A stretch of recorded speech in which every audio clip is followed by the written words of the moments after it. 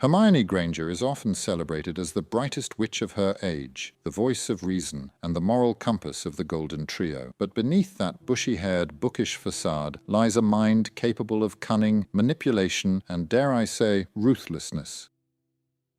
Now, Severus, surely you're not suggesting Hermione is some sort of Machiavellian mastermind?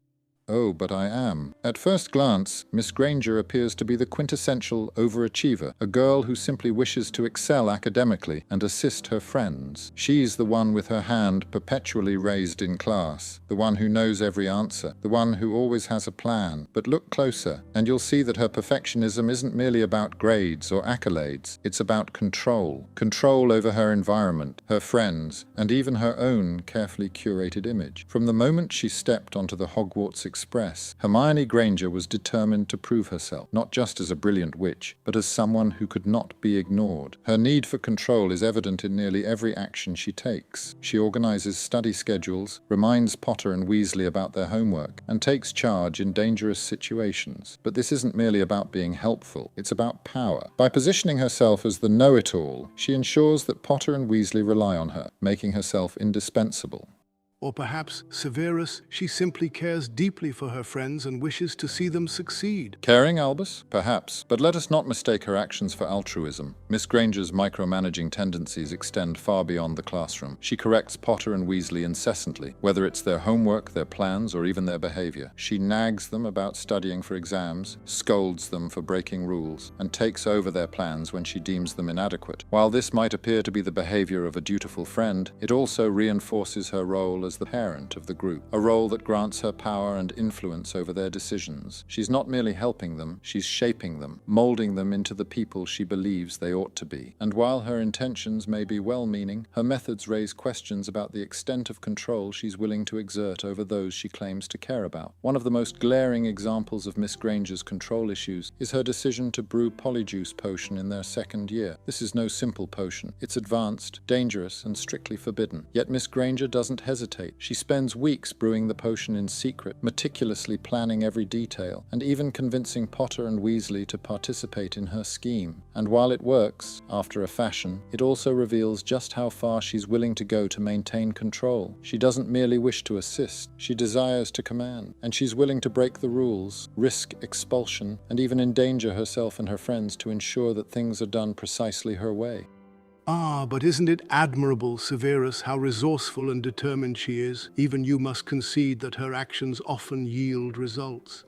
Admirable, her recklessness is matched only by her arrogance. Miss Granger's actions are not born of selflessness, but of a need to dominate. She is not a hero, she is a tactician, and her friends are merely pawns in her game. Miss Granger's need for control reaches its zenith in 5th year, when she jinxes the DA sign-up sheet. On the surface, this appears to be a clever security measure, a means of protecting the group from exposure. But delve deeper, and you'll find it to be a profoundly manipulative act. Hermione doesn't merely wish to safeguard the group, she seeks to punish anyone who dares to betray them, and she does so in a manner that is both cruel and permanent. When Marietta Edgecombe betrays the DA, the jinx leaves her face disfigured with boils that spell out the word sneak. It's a harsh and lasting punishment, one that far exceeds the bounds of necessity.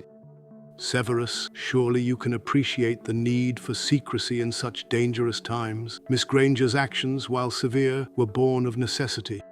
Necessity, Albus, or vindictiveness? The question remains. Was Miss Granger justified in her actions, or was this an overreach of power? Was she truly protecting her friends, or was she sending a chilling message about the consequences of crossing her? The line between vigilance and tyranny is perilously thin, and Miss Granger treads it with unsettling ease. But let us not mistake her perfectionism for mere strength. It is also her greatest weakness. Her compulsion to control every detail often leaves her stressed, isolated, and at times utterly brittle. When events deviate from her meticulously crafted plans, she becomes rigid and inflexible, struggling to adapt to the chaos that life invariably brings. Consider the Horcrux hunt. Hermione is the one who plans every detail, who packs the supplies, who insists on knowing every step of the journey. Yet, when their mission begins to unravel, when they find themselves stranded in the wilderness with no leads and dwindling hope, she begins to fracture. Even the brightest among us can falter under such immense pressure, Severus. Surely you can empathize with the weight of her burden.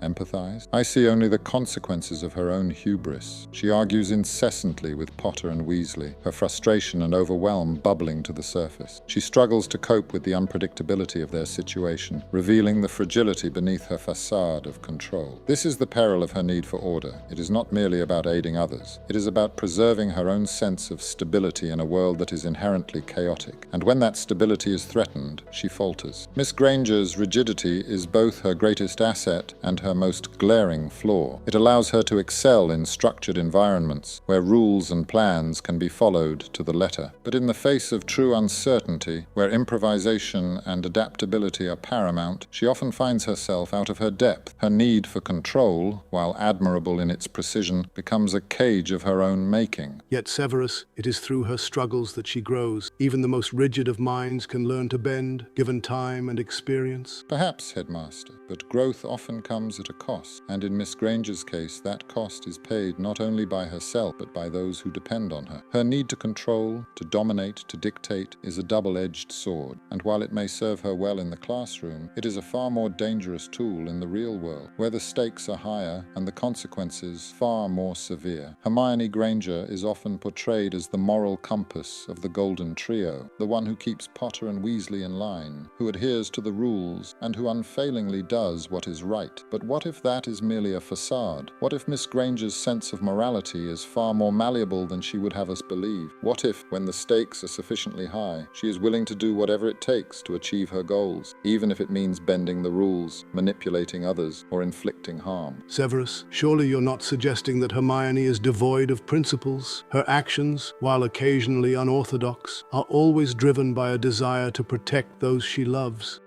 Principles, Headmaster, or pragmatism? From the very beginning, Miss Granger demonstrates a willingness to disregard the rules when she deems it necessary. Consider her first-year decision to set my robes on fire during Potter's Quidditch match. On the surface, this appears to be a brave and selfless act, a misguided attempt to protect Potter from a curse. But let us not overlook the fact that Miss Granger was a first-year student at the time, barely acquainted with the fundamentals of magic, yet she was already prepared to use her nascent abilities to attack a teacher. Yes, she believed she was acting in Potter's best interest, but it also reveals how swiftly she is willing to cross ethical boundaries when she feels justified. Perhaps one of the most striking examples of Miss Granger's ends justify the means mentality is her treatment of Rita Skeeter. In Goblet of Fire, Rita publishes a series of sensationalized and damaging articles about Potter and indeed Miss Granger herself. Rather than confronting Rita or reporting her to the authorities, Miss Granger takes matters into her own hands. She discovers that Rita is an unregistered animagus who transforms into a beetle to eavesdrop on private conversations. And what does Miss Granger do? She traps Rita in a jar and blackmails her into silence. It is undeniably clever, but it is also profoundly manipulative. Miss Granger does not merely wish to stop Rita, she seeks to control her, and she is willing to employ fear and intimidation to achieve her ends. One might argue that Miss Granger's actions were a necessary response to Rita's unethical behavior. Sometimes one must fight fire with fire. Fight fire with fire, you say, or become the very thing one claims to oppose. Miss Granger's actions reveal a troubling willingness to wield power over others, even when it means stooping to the level of those she condemns. This pragmatism, however, is not without its coldness. Consider her decision to modify her parents' memories in order to protect them. It is undoubtedly a heartbreaking choice, but it is also a calculated one. Miss Granger is willing to erase herself from her parents' lives, to inflict upon them pain and confusion, if it means ensuring their safety. It is a selfless act, yes, but it is also a ruthless one. She prioritizes the greater good over personal attachment, a trait that some might admire but others might find chilling. Sacrifices made out of love are never easy, Severus. Miss Granger's decision, while painful, was an act of profound courage. Courage, Headmaster, or cold-blooded pragmatism. Miss Granger's willingness to alter her parents' memories, to strip them of their autonomy, speaks to a mindset that values results over sentiment. Miss Granger's moral flexibility is both her strength and her flaw. It allows her to navigate complex situations with a clear-eyed determination, unencumbered by the hesitations that might paralyze others. But it also reveals a capacity for ruthlessness that belies her image as the Golden Trio's moral anchor. She is not merely a rule follower follower or a voice of reason. She is a strategist, willing to make difficult and often controversial decisions in pursuit of her goals. And yet, Severus, it is precisely this ability to make difficult choices that makes her such a formidable ally in the fight against darkness. Formidable indeed, but let us not mistake her pragmatism for virtue. Miss Granger's actions, while often effective, reveal a troubling willingness to compromise her principles when the stakes are high. And in a world where the line between right and wrong is often blurred, that is a dangerous quality indeed. Hermione Granger is often celebrated for her intellect, her logic, and her uncanny ability to think her way out of any predicament. But what of her emotional intelligence? Miss Granger is not merely book smart, she is people smart. She possesses an acute understanding of how to read a room, how to appeal to someone's emotions, and crucially, how to use those emotions to her advantage. While this might sound like a commendable trait, it also raises a rather pointed question. Does Miss Granger employ her emotional intelligence to genuinely aid her friends, or to manipulate them? Severus, surely you're not suggesting that Hermione's emotional awareness is a tool for manipulation. Empathy is a gift, not a weapon.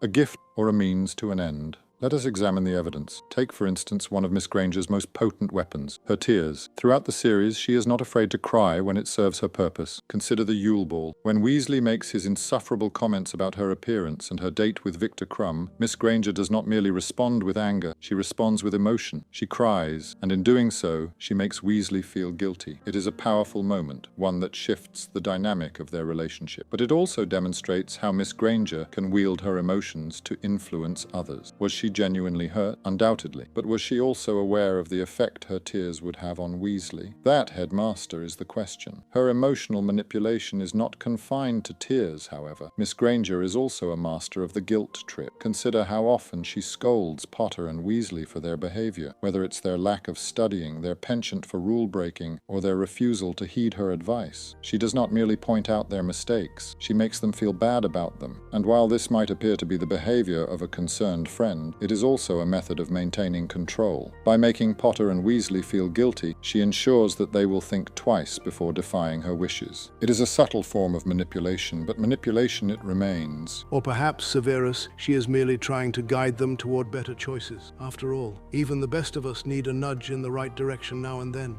A nudge, headmaster, or a shove. Miss Granger's methods are calculated, not casual. One of the most dramatic examples of her emotional manipulation occurs during the Scabbers versus Crookshanks debacle. When Weasley accuses her cat of eating his rat, Miss Granger does not simply defend Crookshanks. She turns the situation around on Weasley. She makes him feel guilty for accusing her, despite having no proof of Crookshanks' innocence. And when Scabbers is later revealed to be Peter Pettigrew, does Miss Granger apologize?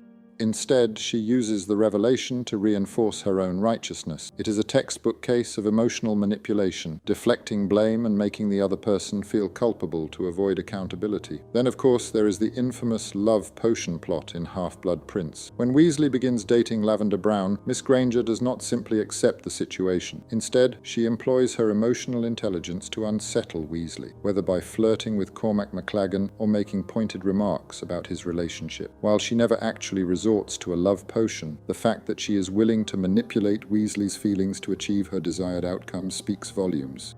But Severus, love is a complicated and messy affair. Can we truly fault Hermione for being human?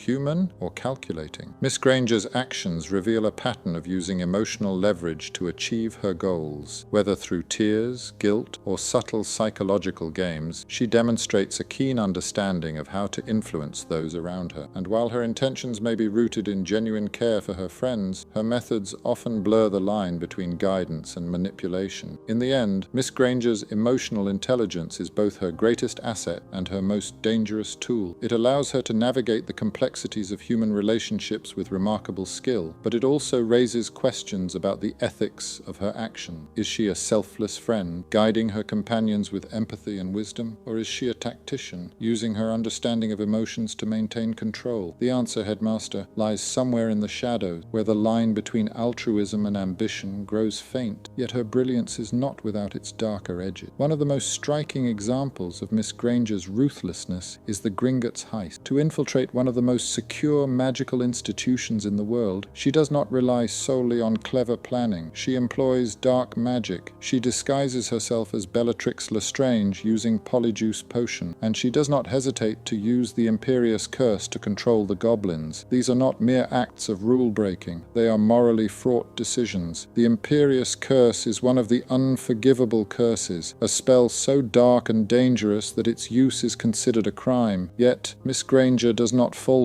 She does what she deems necessary to retrieve the Horcrux, regardless of the ethical cost. Severus, surely you can understand the desperation of their mission. In war, even the noblest of us must sometimes make difficult choices. Difficult choices, Headmaster, or moral compromises? Miss Granger's willingness to wield the Imperious Curse, a spell that strips its victim of free will, reveals a troubling pragmatism. She justifies her actions by the gravity of their mission, but it raises the question, at what point does the fight against darkness become indistinguishable from the darkness itself? Hermione Granger is, indeed, a paradox, a character who embodies both light and shadow. She is the rule follower who breaks rules, the moral compass who strays from the path, the brilliant mind capable of both great compassion and calculated ruthlessness. And is it not this very duality that makes her so human, so real? We are all a blend of light and shadow, Severus. Perhaps, Headmaster, but Miss Granger's duality forces us to confront uncomfortable truths. She is not merely the brightest witch of her age. She is a strategist, a survivor, and at times a manipulator. Her actions compel us to ask difficult questions. How far is too far when fighting for what is right? Can the ends ever truly justify the means? And what does it mean to be a hero when the lines between good and evil blur? Her story reminds us that even the brightest minds cast the darkest shadows. And perhaps, Severus, it is in embracing those shadows that we find our true strength. Hermione's journey is not one of perfection, but of growth, of learning to navigate the gray areas of life with both wisdom and humanity. Growth, you say, or a descent into moral ambiguity? Miss Granger's story is a testament to the fact that even the most virtuous among us are not immune to the temptations of power and control. Her brilliance is undeniable, but so too is her capacity for darkness. And in that, Headmaster, she is a mirror, reflecting not only her own complexities, but ours as well.